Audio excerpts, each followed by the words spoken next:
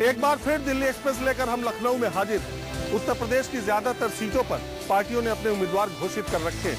नरेंद्र मोदी, राजनाथ सिंह, मुलायम सिंह यादव, मुरली मनोहर जोशी नए नए चुनाव क्षेत्रों से चुनाव लड़ रहे हैं। दिल्ली एक्सप्रेस का सफर शुरू करने से पहले लखनऊ का सियासी माहौल थोड़ा देख लेते हैं। ये लखनऊ है शाही शहर, ये लखनऊ है नूरे नजर, ये लखनऊ है फूलों का शजर, ये लखनऊ है शायर की ज़बान, शायर की ज़बान। 2014 के महाभारत में घूम फिर कर निगाहें यूपी की राजधानी लखनऊ पर टिक जा रही हैं। 80 सीटों वाले सूबे में राजनीतिक घमासान मचा है। हर पार्टी में बागी तेवर है। बीजेपी में सुबह गुलदस्ता और शाम को टिकट मिल रहे हैं, तो समाजवादी पार्टी में टिकट बदलवाने के लिए पार्टी दफ्तर में नेता चक्कर लगा रहे हैं। मुजफ्फरनगर जी बड़ा चर्चा में है। तो क्या हुआ, तो समाजवादी पार्टी ने उम्मीदवार बदल गया? उम्मीदवार तो बदल गया है। पहले तो बिल्कुल ही कमजोर था, अब थोड़ा मजबूत है। अब पहले के मुकाबले में तो मजबूत है। हाँ। लेकिन अगर उसके अलावा किसी और को टिकट दिया जाता तो ज्यादा बेहतर। जो उम्मीदवार अभी मुजफ्फरनगर से कौन है? वीरेंद्र गुज्जर।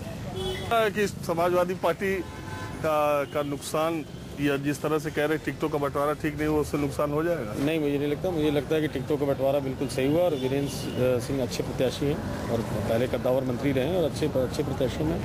आपको क्या लगता है? आप समाजवादी पार्टी के दफ्तर के बाहर है, आपको लगता है कि हम भीड़ देखे रुक गए? नहीं, तो जो प्रदेश में टिकटों के बंटवारे के बाद अब क्या स्थिति आ रही है? समाजवादी पार्टी से जो मेरा अपना ओपिनियन है, मुस्लिम वर्ग बहुत नाराज है।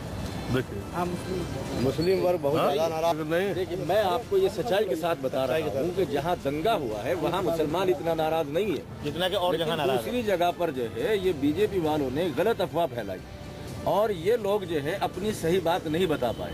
ये तो इतना उदास है, क्या पूछे? नहीं, ये कह रहे इनसे पूछिए, हम कह रहे हैं इतना उदास है। अरे नहीं, उदास प्रत्याशी है, समस्या हो गई तो उदासी बात बताएंगे। क्या समस्या हो गई? अरे बताइए ना। हमारे जिले में आप प्रत्याशी थे क्या? जी नहीं, हमारे जिले में प्रतापगढ़ में पिछले 1.5 साल पहले आदरणीय नेताजी ने जिस प्रत्याशी घोषित किया था, 1.5 साल मेहनत करने के बाद कुछ पार्टी विरोधी लोगों के कहने पे उस कैंडिडेट का टिकट काट दिया गया, जो कैंडिडेट प्रतापगढ़ में चुनाव जीत रहा था। सीएनसी जी, और ऐसे कैंडिडेट को कौन कटवा दिया? पार्टी के ही कुछ लोग हैं।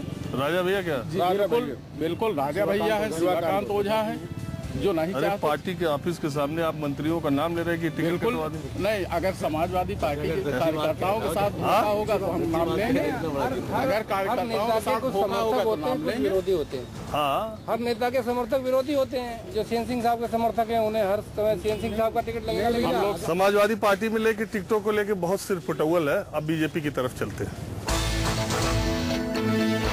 बीजेपी में तो सब टिकट दिल्ली से बट गए, इसलिए लखनऊ ऑफिस में सन्नाटा ही है। प्रचार सामग्री से आडवाणी पार्टी की ही तरह गायब हो गए।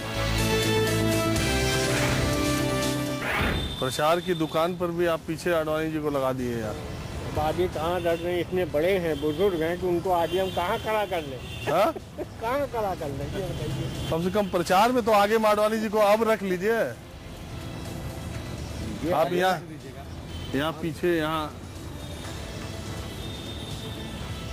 अब हमारे कहने से कब तक रखेंगे बताइए? दूसरों के कहने से ही आडवाणी जी को रख रहे हैं आप लोग आगे।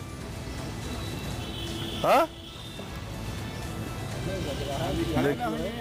वो वहाँ भी फोटो सेट हो नहीं रहा है। अब जबरदस्ती किया जा रहा है और क्या कहा जाए।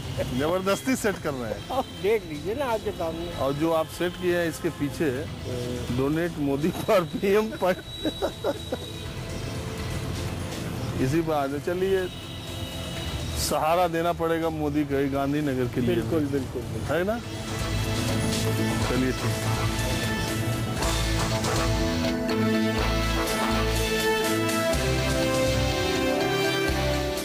यूपी से दिल्ली एक्सप्रेस में किस पार्टी के कितने सांसद सवार होंगे, यही जानने के लिए हम चारबाग स्टेशन से दिल्ली एक्सप्रेस का सफर शुरू करने पहुंचे।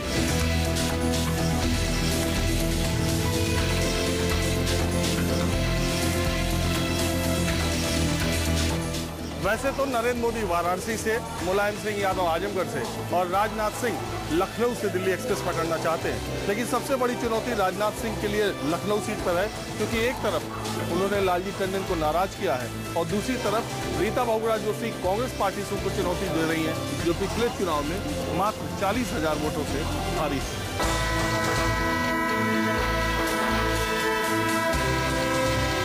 ट्रेन ने प्लेटफॉर्म छोड़ दिया, दिल्ली एक्सप्रेस रवाना हुआ। हमने सबसे पहले युवाओं से दल बदलुओं की वजह से मोदी की लहर पर पड़ रहे असर की चर्चा की। देखने में क्या ऐसा आप लोग फील कर रहे हैं कि 15-20 दिन 1 महीना पहले जितनी मोदी की लहर थी उसमें कुछ कमी है? सर, जो अभी पार्टी वार्टी का वो चल रहा है ना, इनका अंदरूनी जो कलह चल रही है, या यूपी में खासकर ये हो रहा है कि एक जो बाहर से दूसरी पार्टी के लोग आ रहे हैं, जैसे जगदम्बिका पाल आए और ये लोग इन लोगों को टिकट दे दिया जा रहा है, और फिर देवरिया में कलराज मिश्र को टिकट मिल गया तो सूर्य प्रताप शाही नाराज हो गए। तो ऐसी चीज जो हो रहा है, उनका कोर वोटर जो है उसको थोड़ा लग रहा है कि यार मतलब मोदी पे तो उनका भरोसा कायम ही है, उनको लगता है कि ठीक है मोदी कुछ बेहतर। देखिए, अल्टीमेटली पार्लियामेंट्री इलेक्शंस बहुत कुछ धीरे धीरे जाते जाते कैंडिडेट पे फोकस करने लगते हैं, क्योंकि कैंडिडेट की पर्सनालिटी बहुत मैटर करती है। सर, हम लोग जितना भी इलेक्शन देखे हैं, जैसे 2 या 3, उसमें तो ये इस बार ये लग रहा है कि कैंडिडेट को लोग उतना नहीं देख रहे हैं जितना मोदी को देख रहे हैं। मतलब जितने लोगों से हम लोग मिले या मेरे एज ग्रुप के मेरे दोस्त जितने भी हैं, और किसी भी कास्ट के हों, ऐसा नहीं कि वो किसी एक जाति, जैसे मेरे यादव इतने दोस्त हैं, ठीक है, और अगर एक तरह से देखा जाए तो लोग सोचेंगे कि मुलायम को वोट करेंगे, लेकिन वो लोग भी इस समय यही कह रहे हैं कि यार बीजेपी किसी को भी टिकट दे दे, हम तो मोदी को ही। लेकिन ये मेरा दोस्त है। नहीं, मैं ये कह रहा हूँ, ये टेम्पो आप लोगों को लगता है युवाओं को कि ये मई तक बना रहेगा? जिस तरह से अभी बिल्कुल बना रहेगा, लेकिन ये कैंडिडेट वाली बात जो है, मेरा एक दोस्त है एस में है, वो बीजेपी का इतना बड़ा कट्टर समर्थक है कि हर संडे को मोदी जी को लाइव सुनता है, और उसने मन बना लिया था कि मैं मोदी जी को ही वोट दूंगा, चाहे कोई भी कैंडिडेट हो। लेकिन अभी हम हरियाणा से हैं बेसिकली, तो उनका भिवानी पड़ता है ये लोकसभा का जो होता है, तो वहाँ से धर्मवीर सिंह को टिकट दे दिया। कांग्रेस में एमएलए थे, बीजेपी में आ गए, अब उनको टिकट दे दिया। अब उसने मन पलट लिया, सुमित्रा चौधरी को वोट दूंगा, कांग्रेस की है। तो कहीं ना कहीं एक वोटर तो बीजेपी का टिकट की वजह से एक नहीं सर, उनका परिवार भी होगा, काफी कट रहे हैं, उनका परिवार भी होगा, उनके रिलेशन फर्क तो पड़ रहा है, फर्क पड़ रहा है। जो ये एक तो अभी जैसे जसवंत सिंह को टिकट नहीं दे रहे हैं, तो और उसके बाद फिर यहाँ पे तो कई जगह हुआ ना, जैसे इलाहाबाद में हुआ, केशरीनाथ त्रिपाठी को टिकट मिलने वाला था, कोई बाहर से आया सपा से, कोई गुप्ता करके शाम को। ये जो बीजेपी सुबह गुलदस्ता पकड़ा रही है, शाम को टिकट ये तो है।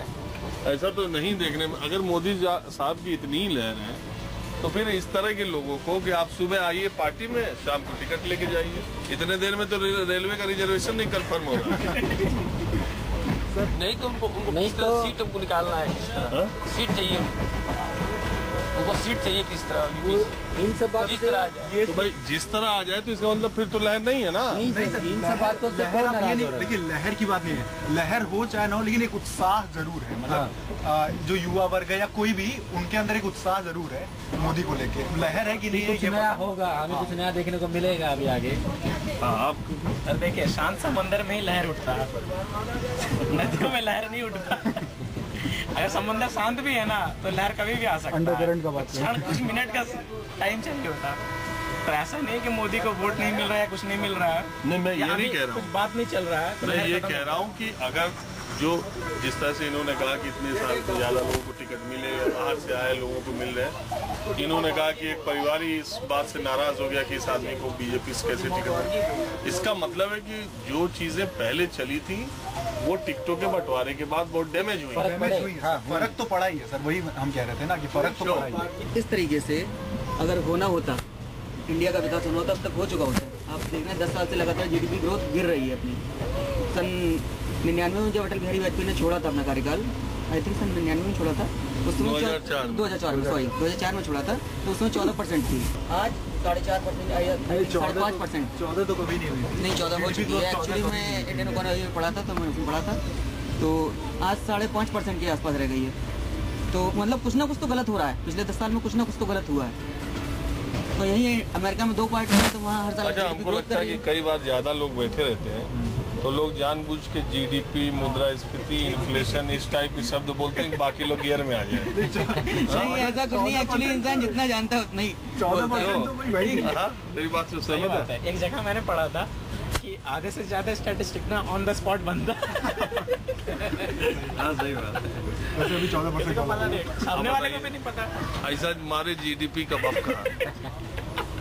अब आदमी देखने लगे सही बोल रहे हैं कि गलत देखने लगे, क्योंकि जो उन्होंने सच की दूसरों ने की नहीं है। कारवां आगे बढ़ा तो बहस थोड़ी गंभीर हो गई। ऐसा है, मैं हूँ फरीदाबाद हरियाणा, वहाँ पर टोटल नरेंद्र मोदी की बच्चे के मुंह पे नरेंद्र मोदी लहर चल रही है, आंधी समझ लिया। मैं ना तो उनका कार्यकर्ता हूँ, ना तो मुझे कांग्रेस वाले दे रहे हैं और ना बीजेपी वाले दे रहे हैं, मगर जो आदमी है सच्चा, क्योंकि मैं गुजरात भी गया हूँ। नहीं, लोग तो कह रहे हैं कि हरियाणा में आम आदमी पार्टी भी कुछ करे। आम आदमी पार्टी बेईमान है, कितने दिन शासन करा। अगर कांग्रेस हटाती उन्हें तब तो मैं मानता हूँ। बिल्कुल मैं सही कह रहा हूँ, कांग्रेस अपना समर्थन खींचती, यानी कि आप बच्चे की तरह से उदक के हट गए। राजनीतिक में आए तो कैसे बच्चे की तरह से करेंगे अपना के साथ? क्या एक बिल पास नहीं हुआ और आपने मैं रिजाइन दे दूंगा? सिर्फ करप्शन थोड़ी ना प्रॉब्लम थी दिल्ली की, और भी बहुत सारी प्रॉब्लम थी। पानी की प्रॉब्लम थी, सिर्फ करप्शन की वजह से वो छोड़ के चले गए। उनको सिर्फ वोट काटने थे बीजेपी के, इसलिए चले गए। और इस टाइम वो ड्रामा सा लग रहा है मेरे को तो कि वाराणसी की जनता से पूछेंगे कि टिकट यहाँ से लड़े या ना लड़े। मेरे ख्याल से तो कांग्रेस की हाई कमीशन जो है वो डिसाइड करेगी आम आदमी पार्टी के अरविंद केजरीवाल कहाँ से लड़ेंगे इलेक्शन। भाजपा के अटल बिहारी को लेके राजनाथ सिंह भी आ रहे हैं, ये सब अपने दम पे नहीं आ रहे हैं, लेकिन माननीय अटल जी के बहाने पे आ रहे हैं। अटल जी के बहाने पे लखनऊ की सीट के तो भाजपा को जीतना ही है। लेकिन जो सरकार की अगर हम बात करते हैं तो सरकार, हमें नहीं लगता कि एक काम किसी का बन जाए। वो बात अलग है कि मोदी की लहर अलग है, मोदी के नाम पे सिर्फ एक मोदी का नाम एक लहर के रूप में अलग घूम रहा है। अदरवाइज कोई ये कहता है कि इनकी सरकार बन जाए, कुछ परसेंटेज वोट होने की वजह से सरकार नहीं बनती। प्रॉब्लम यह है कि प्रेजेंट समय में अर्थव्यवस्था होती क्या है, अर्थव्यवस्था का नाम क्या है, इससे आपको मतलब नहीं है। आपको कुछ इससे मतलब है प्याज क्या भाव है, आलू क्या भाव है, गन्ना क्या भाव है, चावल क्या भाव है।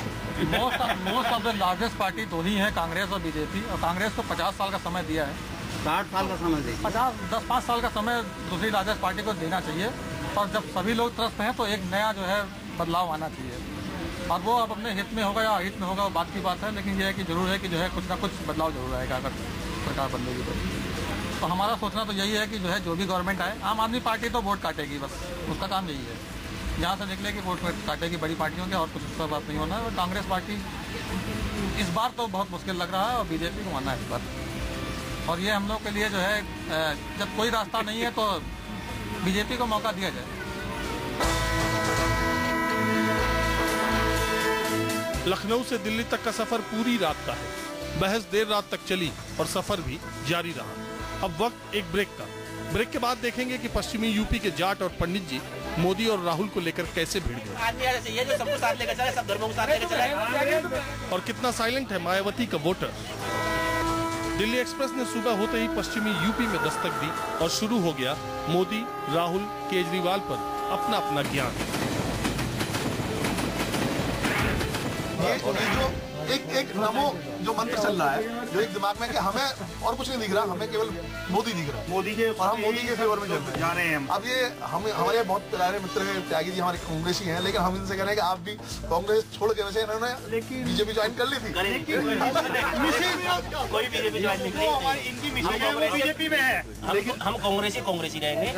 कांग्रेस पार्टी ऐसी सबको साथ लेकर चलने वाली पार्टी है, सब धर्मों को साथ लेकर चलने वाली पार्टी है। बीजेपी क्या है, ये तो आपस में लड़ाई वाली पार्टी है। त्यागी जी आप ऐसा ना बोले, आप गलत बोल रहे हैं, कमेंट्स गलत कर रहे हैं त्यागी जी। नहीं नहीं आप जो है आप जो है गलत बोल रहे हैं। गलत नहीं बोल रहा मैं, जो बात कह रहा हूँ केवल मोदी को देखिए, मोदी जी के नाम पे आप नहीं मोदी नहीं, हमें आप एक बात हमें चाहिए सेकुलर आदमी जो सबको साथ लेकर चलने वाला हो। हाँ नहीं नहीं नहीं हमें जो है नहीं नहीं हमें एक आदमी ऐसा चाहिए जो सबको साथ लेकर चले, सब धर्मों को साथ लेकर चले। घोटाले की नहीं, कोई घोटाला नहीं करा, तुमने घोटाले वाले को टिकट दे दिया। इन्होंने जो अगर इतनी उम्मीद होती कांग्रेस बीजेपी की लहर कह रहे हो तुम लोग, तो राजनाथ सिंह क्यों चले गए मैदान छोड़ कर? राजपुर भी तो उधर से आए हैं आप, राजपुर क्यों आए हैं? राजपुर क्या लेना देना हमारे यहाँ क्षेत्र में? क्या राजपुर सांसद है, क्या दिक्कत है? तुम लोग कह रहे हो लहर है बीजेपी की, जब बीजेपी की लहर है तो मोदी क्यों ऐसा हमारा मिशन हटाया गया? हमारा मिशन है 272+। आप एकदम पीएस संगमा की तरह लगते हैं। संगमा क्या? पीएस संगमा को देखे जरूर है, देखे जरूर है। 62 साल का हो गया तो जरूर देखा होगा। एकदम पहले जो पूर्व लोकसभा अध्यक्ष थे संगमा की तरह लग रहे हैं। चलिए धन्यवाद। राजनीति से कोई लेना ही देना नहीं है, वो देखिए बताइए वोट देती है कि नहीं? तो है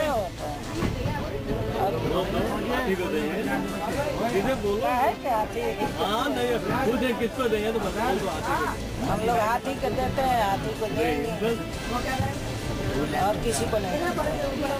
अच्छा तो आप जब से वोट दे रही हैं हाथी को ही देती हैं, बीएसपी को, चाहे कैंडिडेट कोई भी रहे,